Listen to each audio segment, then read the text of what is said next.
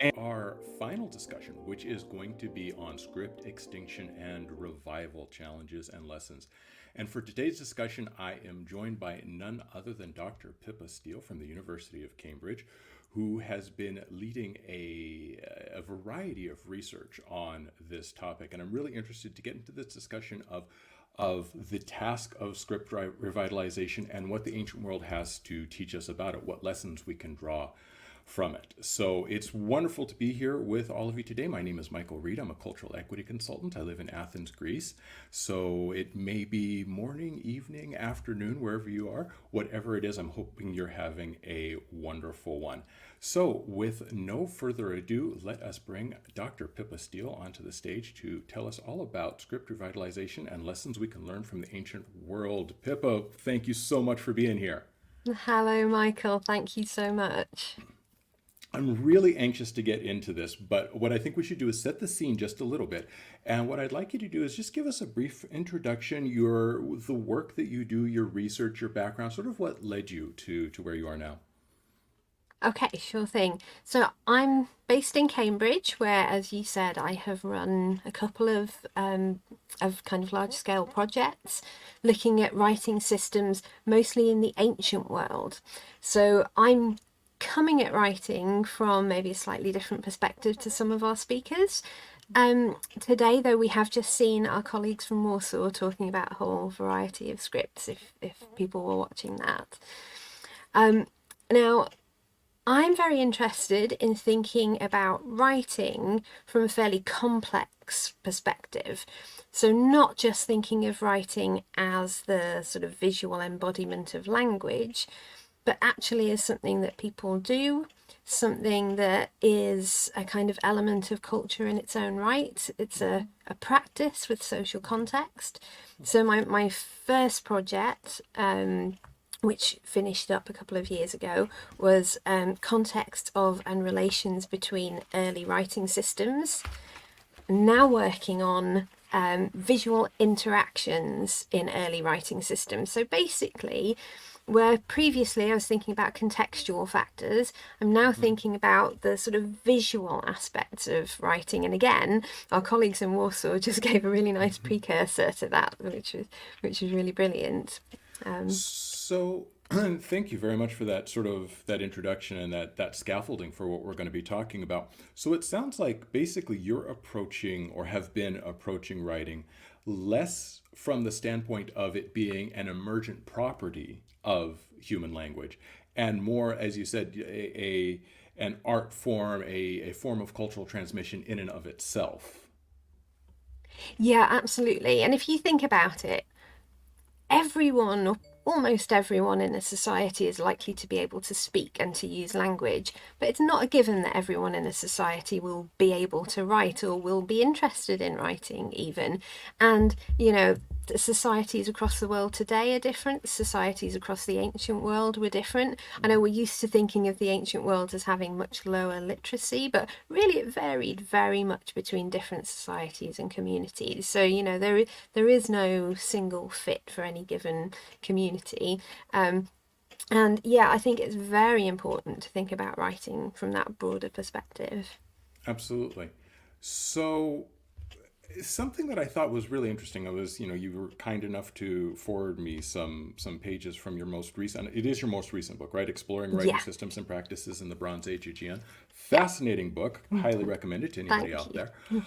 Um, and as I was reading those selected passages, some thoughts were occurring to me, and so I think the question that I want to start with now is, what does the research that you've done and other recent research, and you give a really nice, extensive set of footnotes and bibliography in your book, but what does that research on writing in antiquity have to tell us, especially about writing systems that didn't survive the ancient period?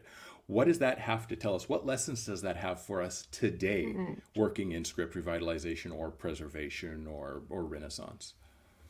Yeah, it's a great question because, sometimes I think, oh, should I have a kind of imposter kind of syndrome coming to, writing systems of the modern day that I'm not working on from a perspective of my kind of ancient training. Um, So it used to be that, I was constantly thinking, well, why do we study writing in the ancient world? What's interesting about it?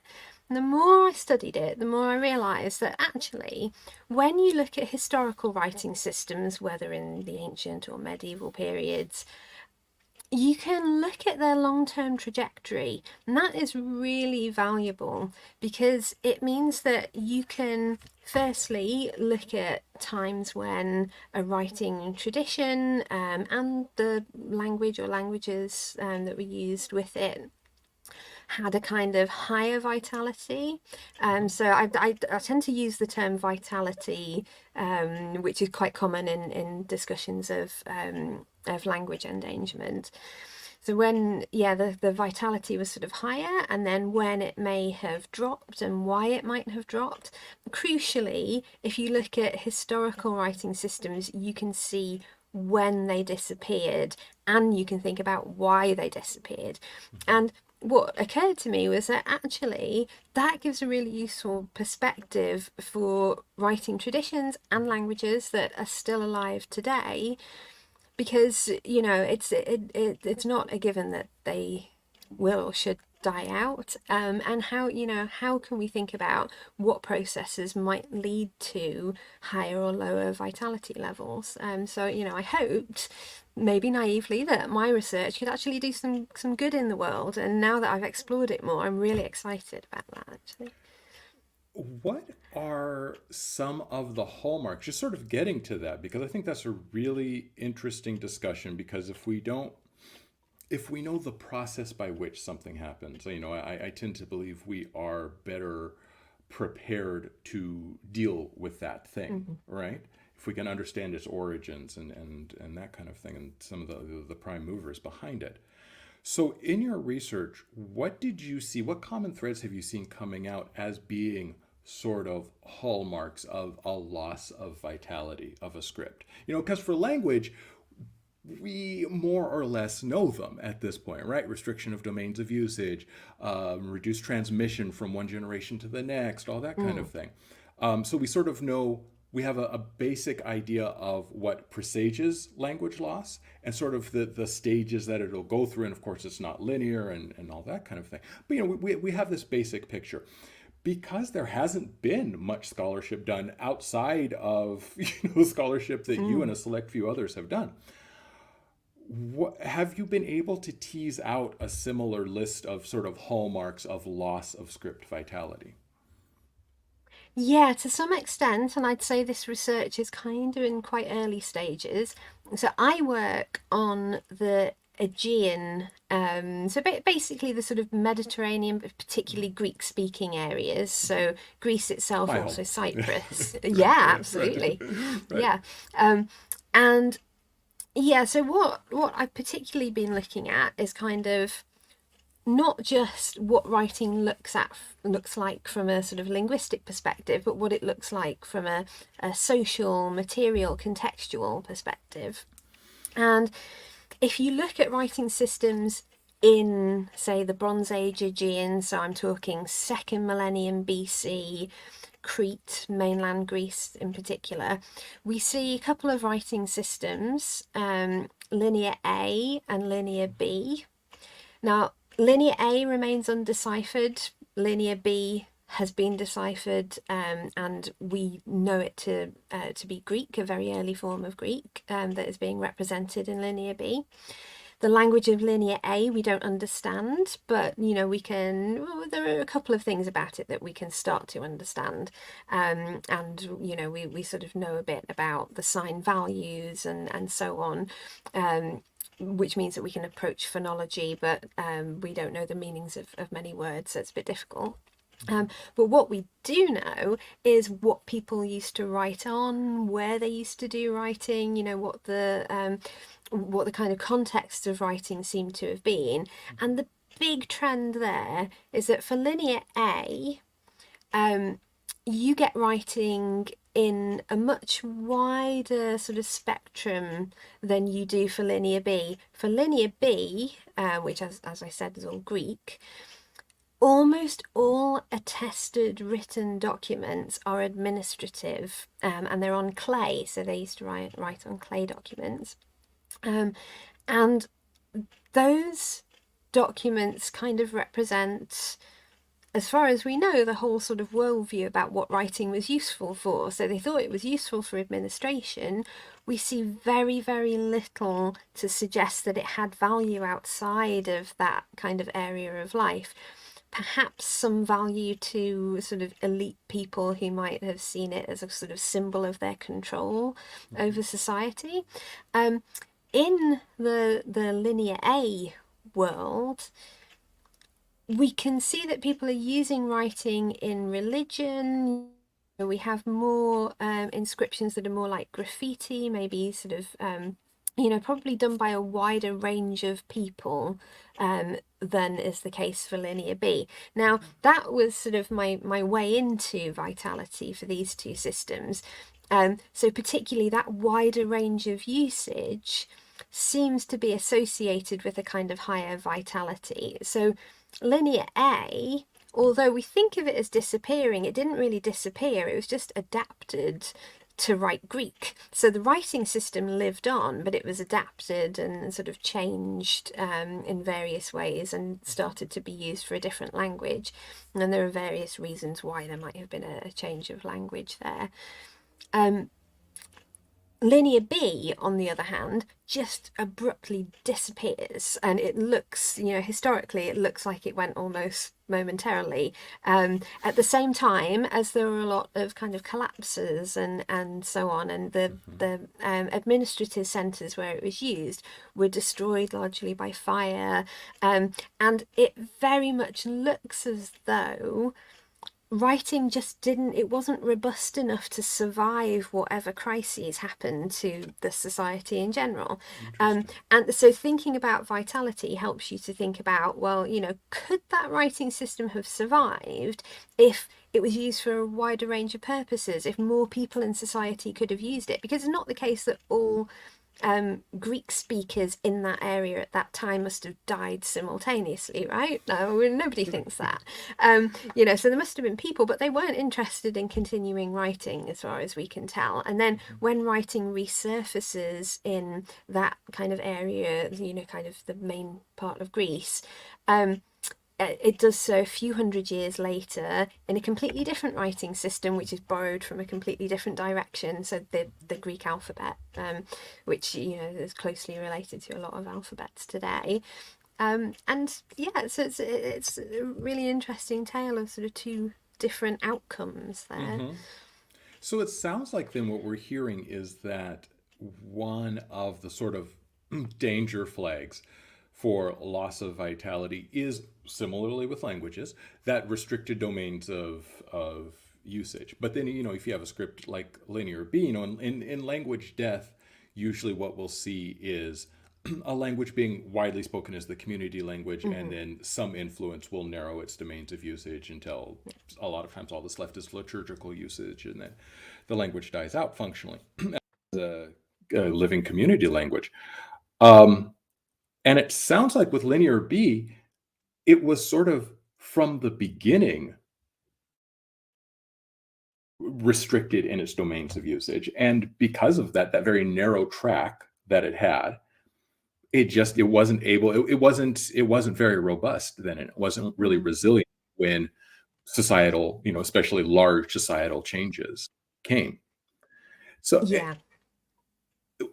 now this is interesting to me because what I sense we're sort of doing here is we're taking this study of writing, because out of necessity, when we're studying writing, when we're studying scripts, we are engaging in sort of a hard sciences conversation, right? What kind of materials survive? What kind of materials are suitable for writing? What kind of letter forms on, and all that kind of thing, right? And what can be preserved over time, and how well will it be preserved, and that kind of thing.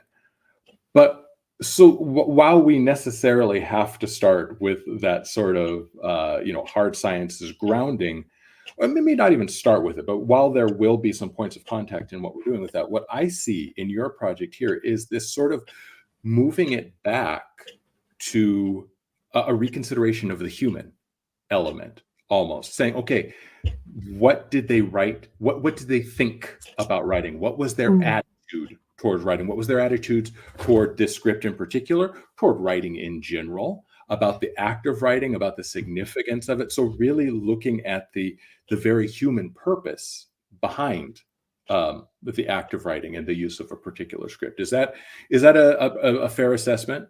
Yeah, definitely. Yeah, I would definitely say so. And I think, it's very important to sort of think about the way that you approach writing as a concept. I'm actually trained as a linguist, so my background is in linguistics. But what I would say is that a kind of narrow linguistic approach to writing is not really helpful, especially when talking about issues like this. Obviously, there's a great deal that you can do to to think about how writing represents language and how to sort of categorize writing systems. But if you want to think about their vitality and sort of how they develop in kind of social settings over time, you really do need a wider outlook. And one thing that really struck me actually is that some of the writing systems that I'm looking at, very successful. They were used for hundreds of years,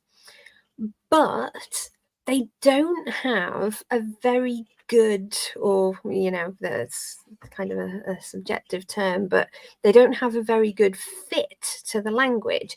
Perhaps I could bring up a couple of slides at this point. So this is what linear B looks like.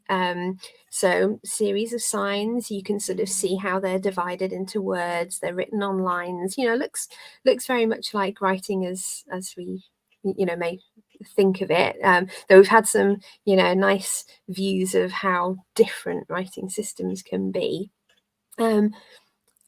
Quick sort of example of how linear B works. So linear B is a syllabic writing system. So every sign represents an open syllable. Some nice parallels with Japanese, actually, in some ways. What is really striking, so you can see here a person's name spelt out Enekeseu, which represents Enexius. So because it's syllabic and Greek has lots of consonant clusters, sometimes the spellings can be awkward. The other thing that this particular illustration doesn't really show you very well is that it doesn't represent the phonemes of Greek very well. So it doesn't distinguish voicing. So you can't tell the difference between a B and a P, for instance. And there's also an aspirated P in ancient Greek that wouldn't have been represented differently. So what has turned into a F now. Those things, so all of those sounds would be represented by a single sign or set of signs, and you couldn't tell just by looking at it which sound it would be, only that they were sort of close in pronunciation. So P, B, and P, those all share the property of being labial, so they're kind of close to each other, but you couldn't tell which it was, and actually it makes a difference to the meaning of a word which sound is represented. So linear B doesn't have a very good fit to the Greek language in that sense. The same with the syllabic system of Cyprus, which I also just want to mention. So this is a Cypriot syllabic inscription. And again, here you can see some of this. There's a couple of alphabetic letters on the right. You can see an E, a U, and an A, but all of the other signs are syllabic ones. So this is closely related to linear B. And has exactly the same problems in that, it doesn't represent the phonemes of the Greek language. So again, used for Greek, but Cypriot Greek. And these two writing systems, they're used for a long time. The Cypriot one in particular is used for a good sort of 600, maybe 800 years. I mean, it's hard to put an exact start and end date on it. But One thing you notice when you look at kind of, people trying to find an orthography or a writing system for a language that's under threat, maybe, one of the things that linguists tend to worry about is how good is the phonological fit.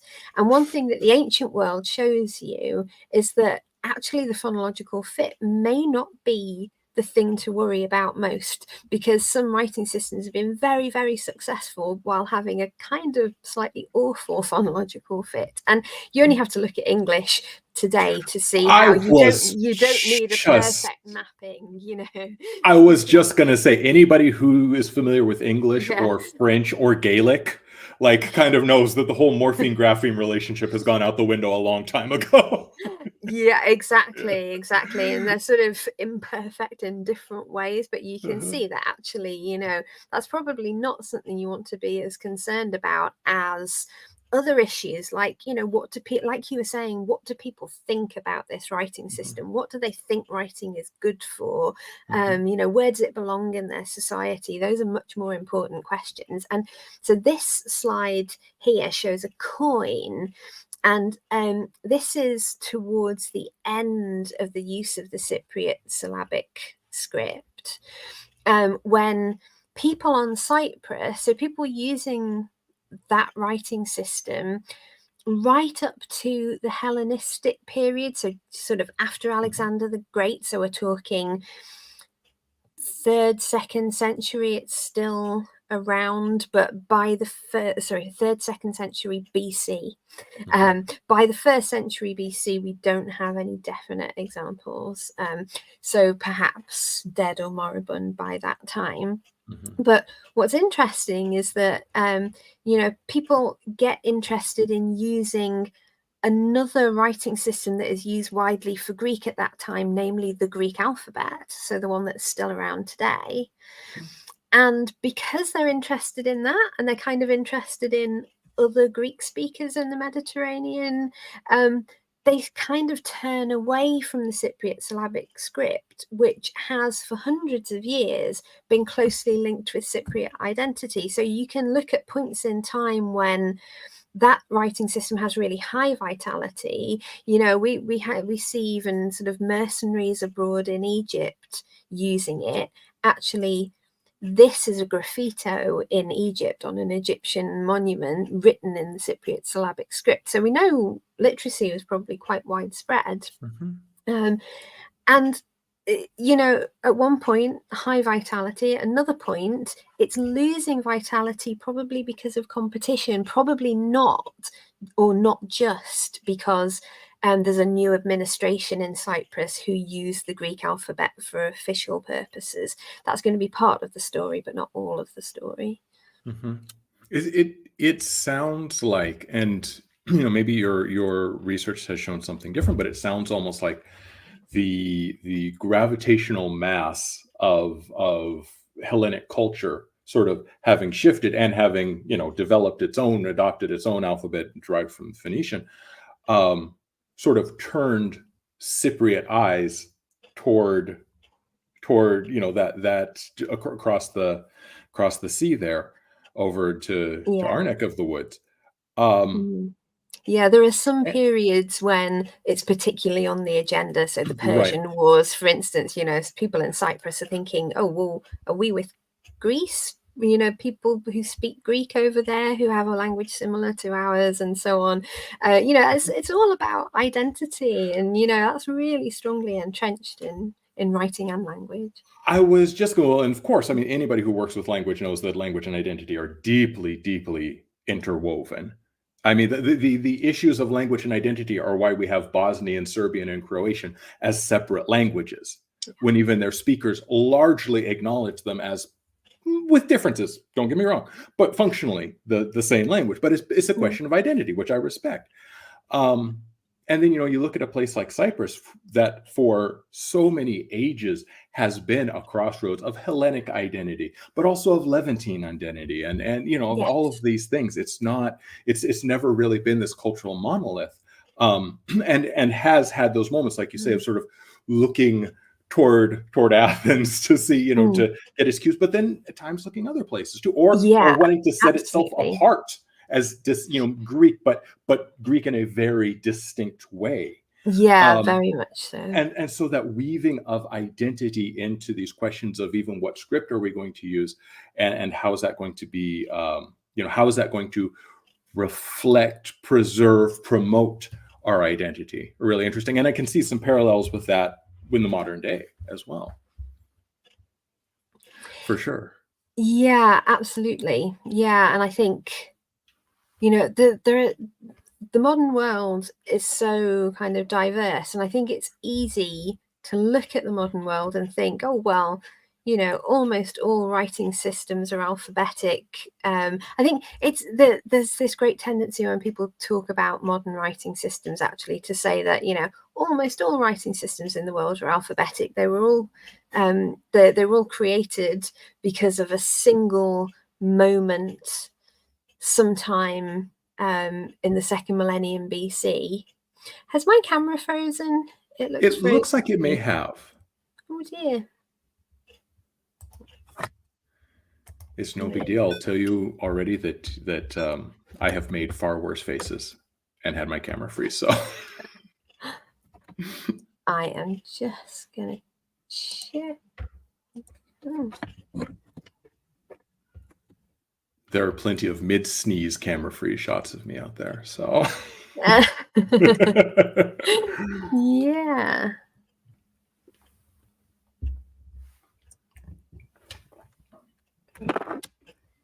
Sorry, excuse me, everyone, while I try to get my camera working again. Oh, wrong camera. Wait a moment. Okay. Is that working now? Looks like it. Yep, Yeah. you're back. Okay, great. Fantastic. Fantastic. Now, where was I? Let's see. We were talking about Cyprus sort of being at the crossroads of a lot of cultural influences, Yeah, indeed.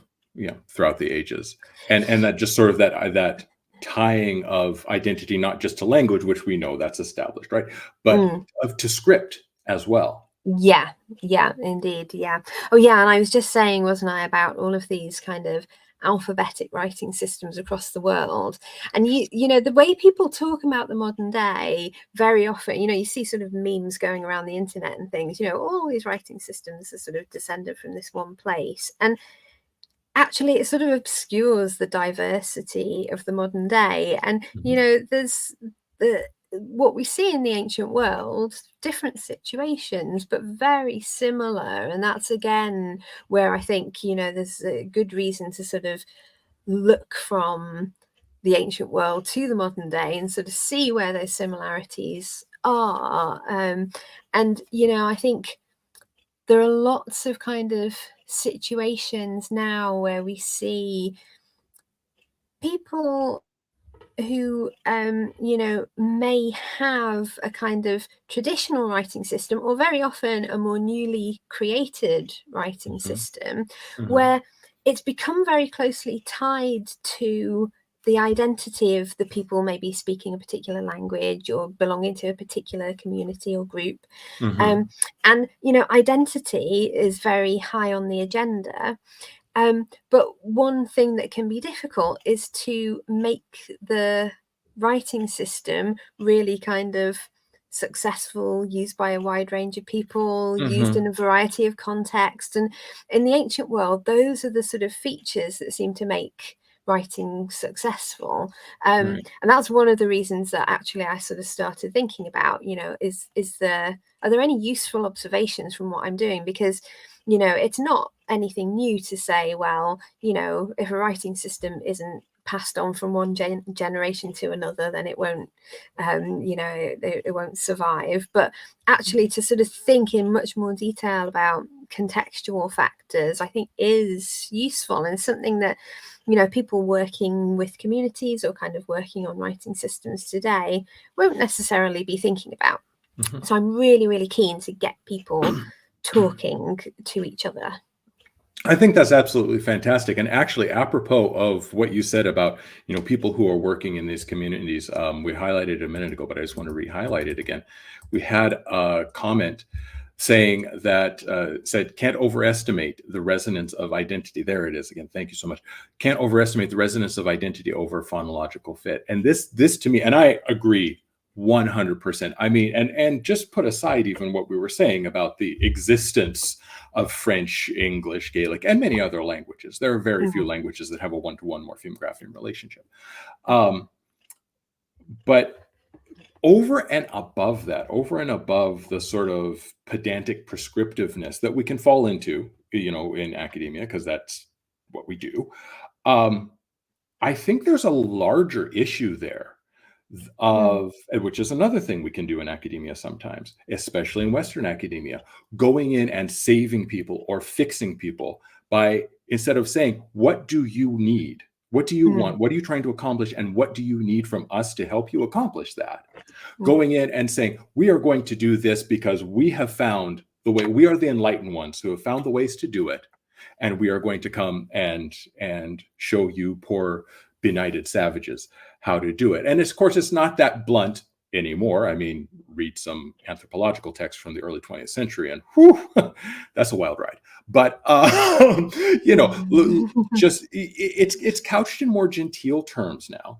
But the fact of the matter is, there is sort of that idea sometimes that we go into a community and we say we know what's best, Mm, and we are going to work with you to give you what we know is best without that really crucial, important part of stopping, listening to the community, mm, saying, like I said, what do you need and what do you need to get there?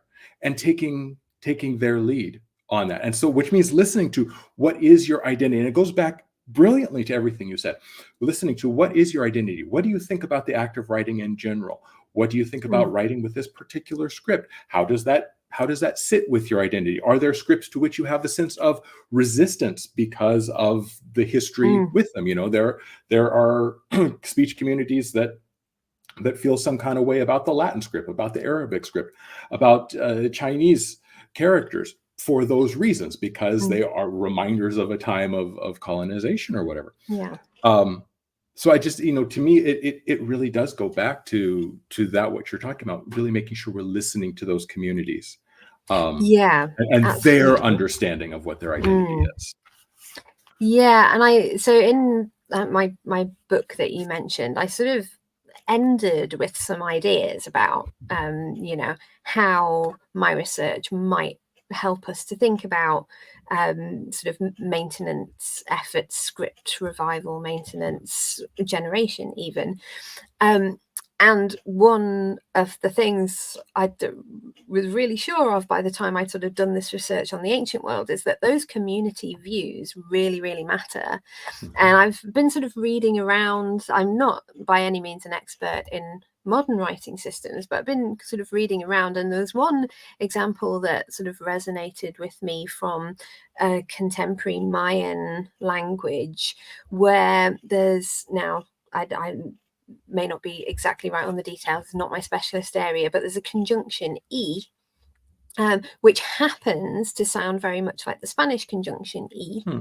but the people of that community very much want to come away from Spanish looking orthography because it's associated with Mhm. colonialism. Mhm. Um, so they end up wanting to write it not just with a Y or an I, but actually with sort of two letters, like I think it's ye, or it looks like Ah, ye, but it's pronounced interesting. E.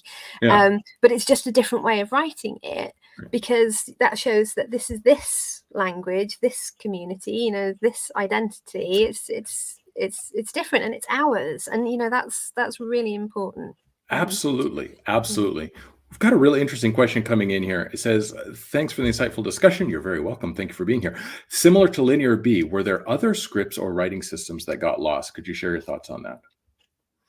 Yeah, well, there are lots of kind of ancient writing systems that went missing. Some of them we know a lot about, some of them we know less about. I mean, there are sort of the big examples like cuneiform, so like wedge-shaped writing from the ancient Near East, Egyptian hieroglyphs, though, they sort of, they went on for a long time, and, there are various sort of traditions that came out of that. There are things like Anatolian hieroglyphs, and this is just around that Mediterranean area. You can look at things like Indus Valley writing, and the relationship between that and anything later is a matter of some dispute. But there are writing traditions that very much kind of they sort of disappeared, and also ones that have gone out of use since. And actually there's quite a spectrum of those, and sometimes you get these just little glimpses of ones that didn't survive. We have lots of Etruscan, for instance, which disappeared. It was written in something like the Greek alphabet, but there are a couple of other related things where you might only have like one inscription. In Cyprus, there was a Bronze Age script as well, which sort of developed into that later writing system. Some of the writing systems of the ancient world just disappear completely. So something like the Biblian hieroglyphic script that we only have a few examples of, and who knows what it was exactly. Whereas some of them, like Cypro-Minoan, which is a very early writing system in Cyprus, or indeed Linear A, they kind of develop into other systems before they disappear. And it's quite interesting, actually, to see that there can sometimes be language changes across those spectrums too. Very interesting. But yeah, there's so much you could talk about, though, so I won't keep going. No, it's absolutely fascinating. And if we had all the time in the world, I would let you keep going. Yeah. I do want to get to this comment because I think it's a really important one. An issue with writing and spelling is standardization, which almost always rejects certain members of communities, which aren't homogenous, of course. Very true. Could not be more true. And then there was a follow-up comment to that. Spelling variation, which reflects pronunciation differences, should be more acceptable, right? And that's something. Now, my specialty is not the ancient world at all, but looking at modern languages, even I can see hints of that appearing in some places, even some places that have traditionally shown a lot of resistance to divergent writing forms. And I'm thinking in the case of dialectical versus modern standard Arabic, where modern standard Arabic is meant to be the written standard, and then dialectical Arabic is, of course, is people's native language, is what they actually speak. And I don't speak modern standard Arabic at all. I speak Levantine Arabic. I am just, except for the degree to which it is the same as Levantine Arabic, I'm just completely lost with MSA. But what I'm noticing more and more is that there are more people starting to write in Levantine Arabic, like on WhatsApp and that kind of thing. It's becoming much more common. And with little changes made occasionally to the script to reflect how Levantine Arabic is pronounced, certain phonemes or whatever that exist in that version of the language. So we do see, and this is, of course, not standard or official by any stretch of the imagination, but we are seeing movement toward that. But I would like to just sort of hear, from the ancient perspective too, what's your impression of that, and what how do you see something like that working? Because this comment is 100% true. No, absolutely. And I think there's a tendency to think that standardization is completely necessary in order for something to be successful. And I think actually that's another area where writing in the ancient world, the study of writing in the ancient world, actually can sort of help you to rethink that a little bit. Because linguists come in, think about how should this language be written. They'll the cases of kind of attempts to develop orthographies for modern unwritten languages often do kind of come across these problems where they'll think of it as one language, but there'll be different varieties of it in different areas. And then how do you create an orthography that everyone is happy with? Because it must be one orthography, right? It couldn't possibly be multiple ones.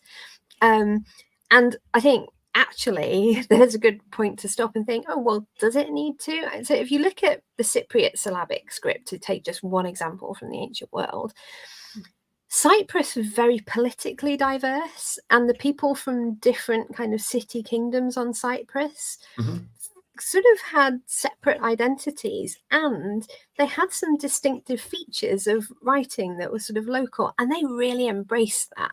So if you were from Paphos, you would write in a different direction to people in other areas of the island. So you'd write from left to right instead of right to left.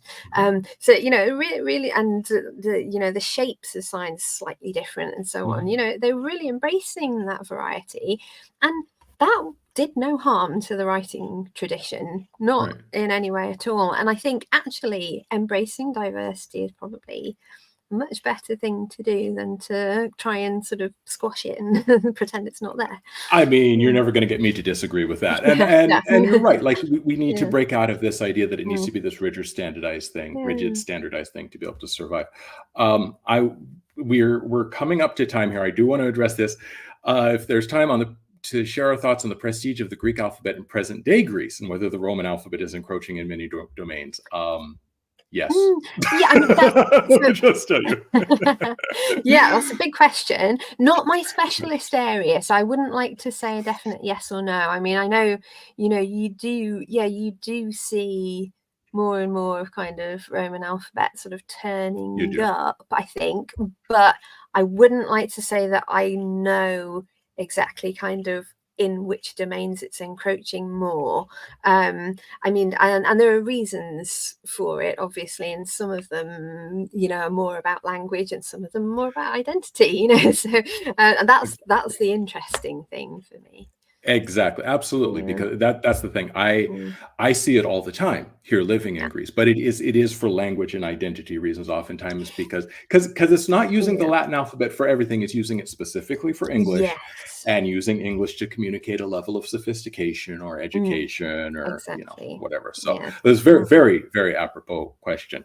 All right, we are coming up on time, and so I just at the end here I want to ask you just if you could just give us a brief sort of, I hate the phrase elevator pitch, but a 30 to 90 second call to action or a plea as to why should we care about this? Why is it, you and I, we love this stuff. We've dedicated our careers to it. Of course, we care about it.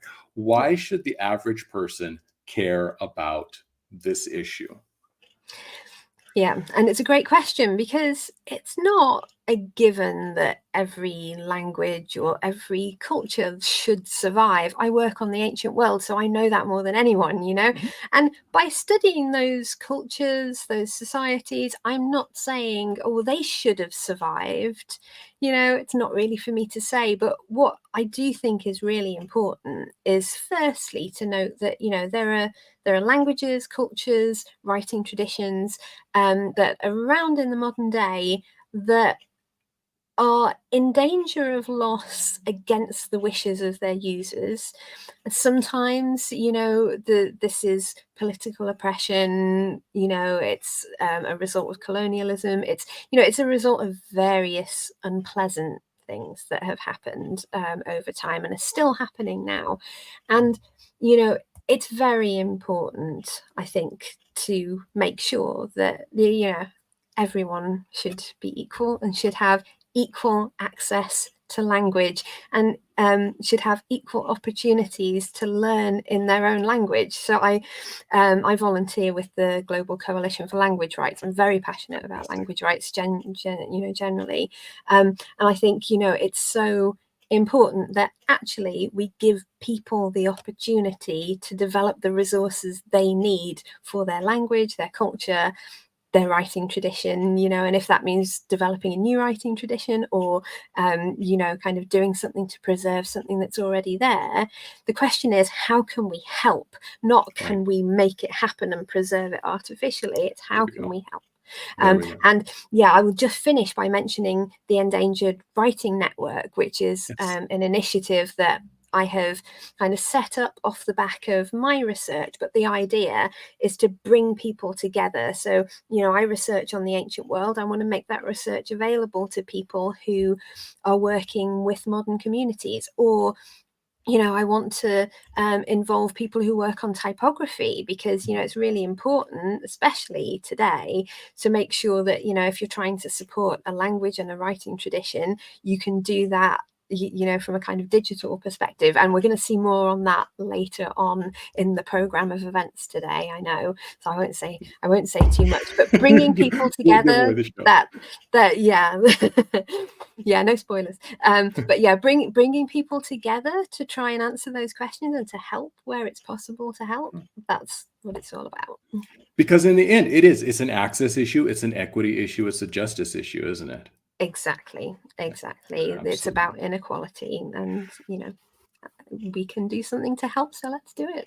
That's right. That's right. Thank you so much, Dr. Pippa Steele, for joining us today. This has been a fantastic conversation. I wish we had 5 more hours for it, but unfortunately, we don't. We're prisoners to the time-space continuum. But if people want to check out your book, which they absolutely should, on exploring writing systems and practices in the Bronze Age Aegean, where can they find it? So they can find it on the cruise website. So there are some links, and I don't know if they have been shared, but you can Google for the Views Project and the Cruise Project, and you will find this stuff online. And if you look at my name, Pippa Steele at Cambridge, send me an email. It's like you'll find my email online easily enough. Just use Google, you'll find us. Thank you. I see some links coming up. Thank you. Oh, wonderful. Fantastic. Thank you. Thank you everybody in the background for producing today. We couldn't have done this without you, quite literally. Yeah, and Pippa, thank you so much for this conversation. It has been absolutely fascinating. I've loved it. Wonderful to hear about your research. Seriously, people, go out, check out the book. It is fantastic. Thank you again for being here, and all the best to you in your future research. Thank you so much, Michael. I've enjoyed this so much, and thank you, everyone. Take care, everybody. Thank you for joining us.